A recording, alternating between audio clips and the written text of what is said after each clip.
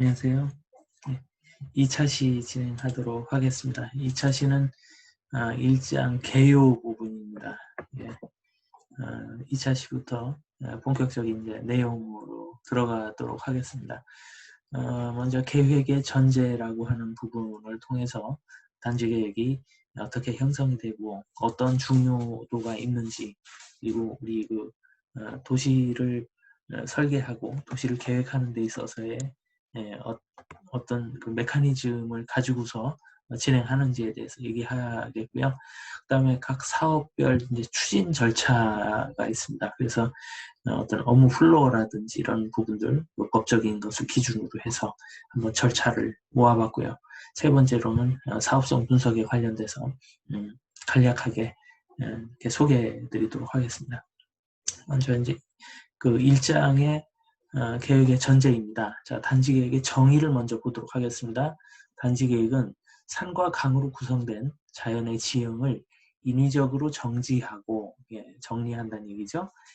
그리고 도로로 구분하여 블록별 각각의 성격을 부여하고, 각각의 성격을 부여한다는 게 중요하고요. 살아있는 메커니즘이 작동될 수 있도록 주거, 상업, 교육, 공원, 업무, 근린 생활시설을 적절히 배치하는 것으로 인간의 삶에 긍정적으로 활용되도록 자연 조건을 조율하고 경작하는 과정이라고 볼 수 있다. 이게 하나의 핵심입니다. 컬티베이트 한마디로 얘기하면은 경작이라고 이렇게 봐야 됩니다.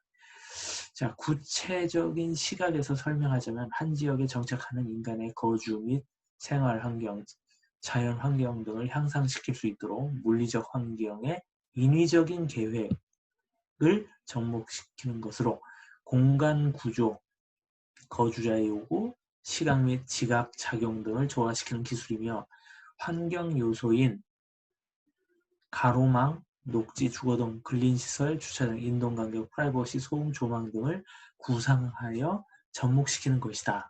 이렇게 했습니다. 두 번째 패러그래프 역시도 이렇게 구분이 될 수 있고요. 자, 또한 토지와 인구 규모, 그리고 소득과 생활 수준, 그리고 자연 환경과 지역의 기능 분담 등을 고려하고 균형 있는 환경을 조성하는 데 있어서 밀도, 용적, 형태, 기능과 패턴, 네, 중요한 요소들이죠. 적용하는 계획으로서 단지 주택 사용자는 주거 구성의 3요소로서의 상관관계를 가진다. 이렇게 정리할 수가 있겠습니다. 네. 단지 계획의 범위는 이건 어느 분당의 지도를 하나 캡처한 것인데요.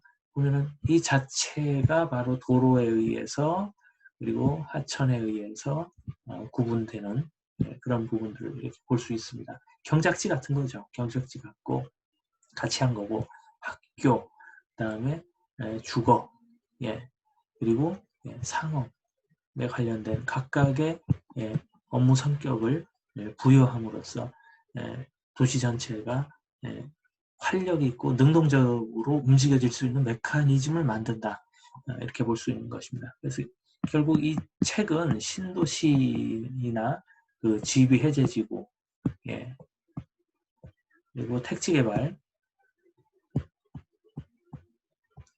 그다음에 일반 주거지역, 행복주택,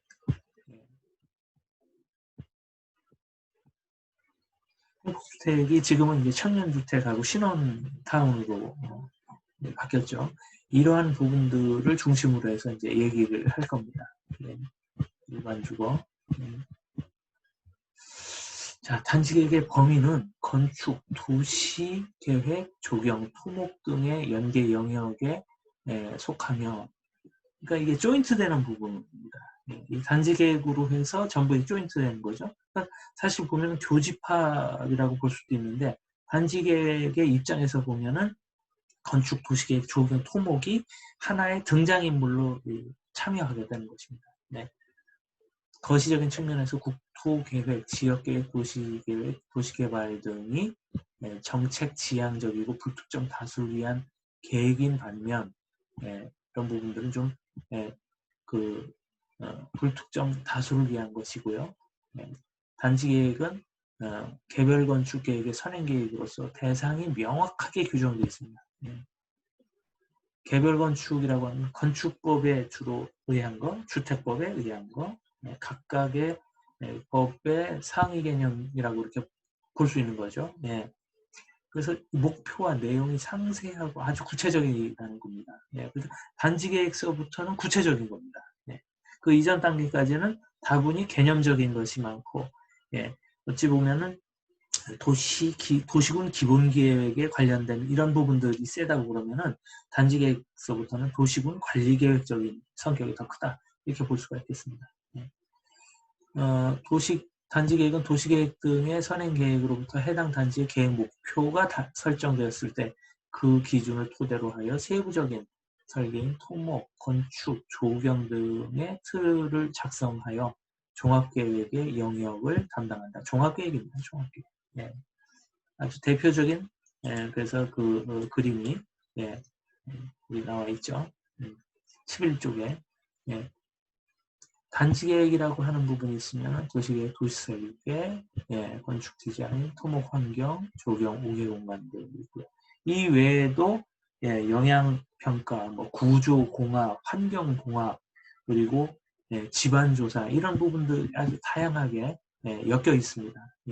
환경.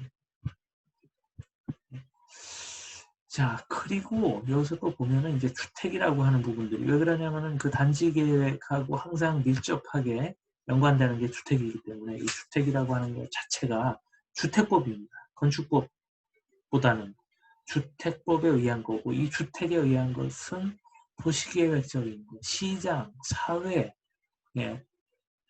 기술, 문화, 복지, 정책, 조세, 금융, 이런 것들이 모두 관련되어 있는 거죠. 여기 나와 있는 것들이. 그렇기 때문에 이 주택 정책이라고 하는 거, 그리고 주택을 담기 위한 신도시 계획이라고 하는 것은 상당히 좀 고차원적이고 상당히 복합적인 것이다. 그렇게 보셔야 될 것 같습니다. 자, 단지 중심으로 해서 보면은 오른쪽으로 가면은 도시군이고요. 거시적이고 경제적, 사회적인. 그래서 우리 그 도시계획 학자들 중에 상당 부분이 경제학자고 사회학자입니다. 기술자가 아닙니다. 엔지니어가. 그런 게 많죠. 그리고 아주 그 정책지향적입니다. 이론적이면서도 범용적이고요. 도면도 3,000도 이상입니다. 위치도 만분의 1 도면이고요. 자, 반면에 단지 계획을 중심으로 해서 좀 더 구체적으로 내려가면은 여기서부터 이제 3,000도입니다. 그리고 소위 토지 이용 계획도라고 할 수 있는 도시군 관리 계획이 3,000도 주로 돼 있죠. 지형도에 3,000 지형도에 구체적, 산업지향적, 기술적, 구체적입니다. 그리고 심지어는 건축도면 상세도 10분의 1도까지 가는 것이고요. 그래서 처분성과 구속성이 작동이 된다, 이렇게 봐야 됩니다.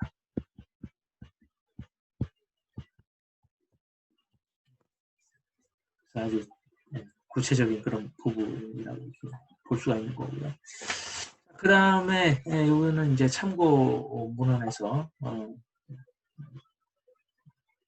좀 이렇게 참고적인 부분을 갖고 왔는데요. 목표 항목으로 보면은 관광과 쾌적성, health and amenity, 그 다음에 functional satisfaction, 만족도죠. 커뮤니티의 형성, 그 다음에 diversity and choice에서 다양성에 대한 추구, 그 다음에 adaptability, 그 융통성과 적응성이죠. 그 다음에 efficiency, 효과입니다.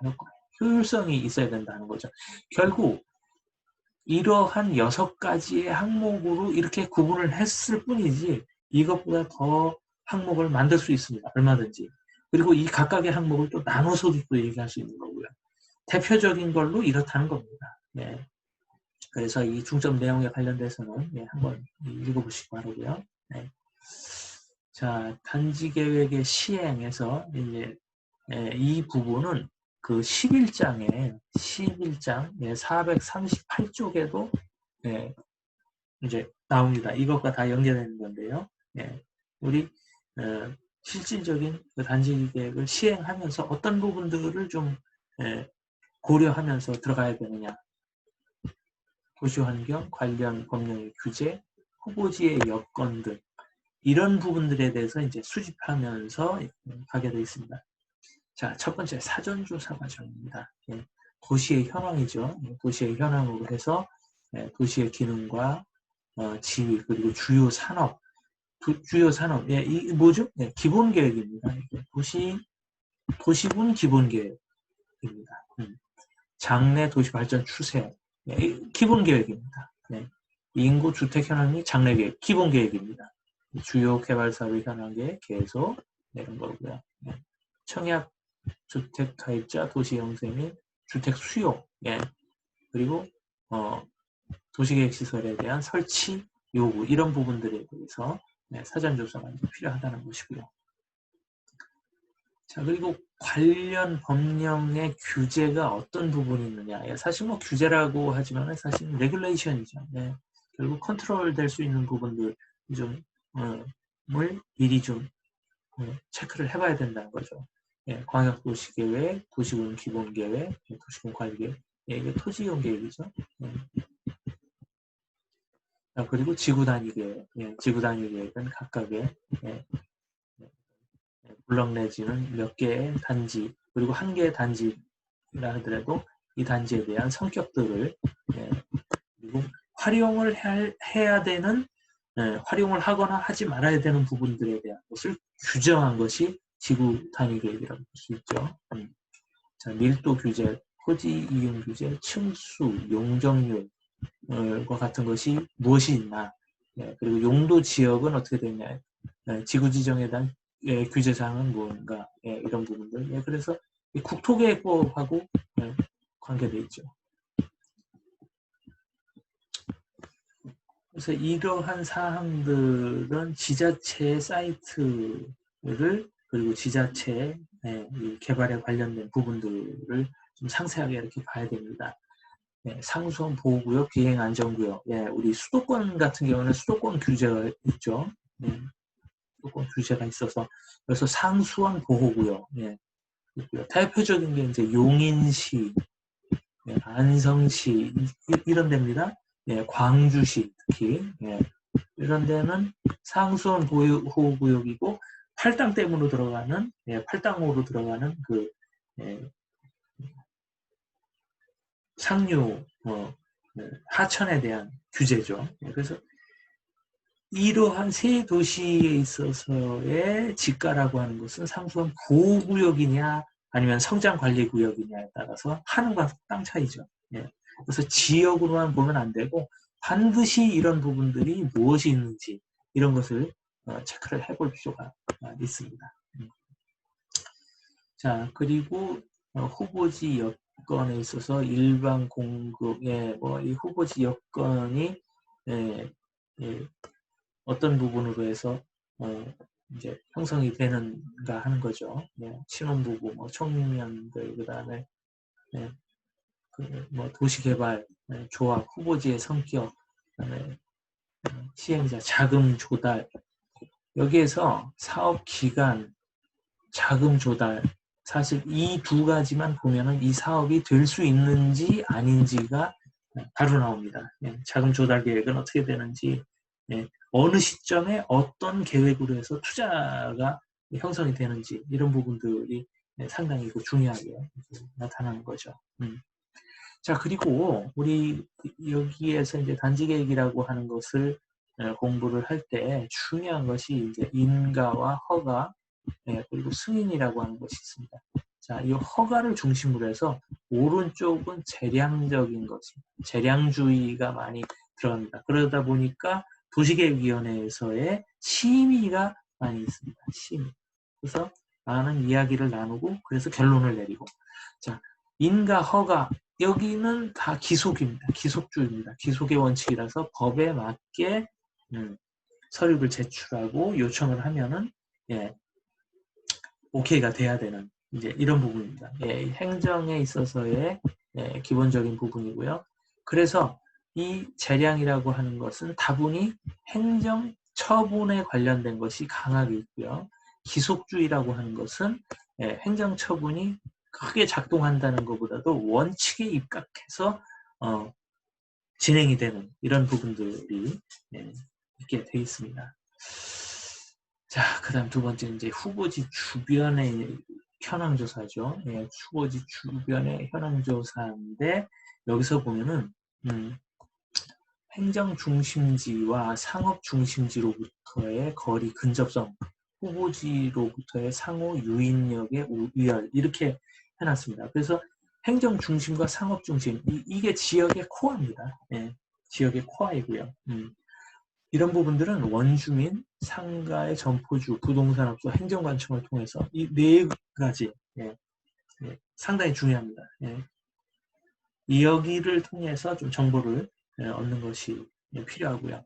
그리고 관승로, 주변 도로는 도로가 아주 중요하죠. 관승로 그리고 도시계획도로의 개설 확장에 관련된 계획들 이제 이런 부분인데, 그러니까 이 도시계획도로의 개설이나 이런 부분들이 또 계획이 있다 하더라도 이건 어디에 나타나죠? 도시관리계획에 나타납니다.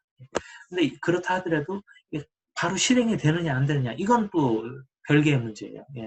그렇지만은 어쨌든 계획을 하고서는 3년을 초과하게 되면 이게 실효가 되기 때문에 어쨌든 그 시기적인 부분도 중요하다 이렇게 얘기할 수가 있고요.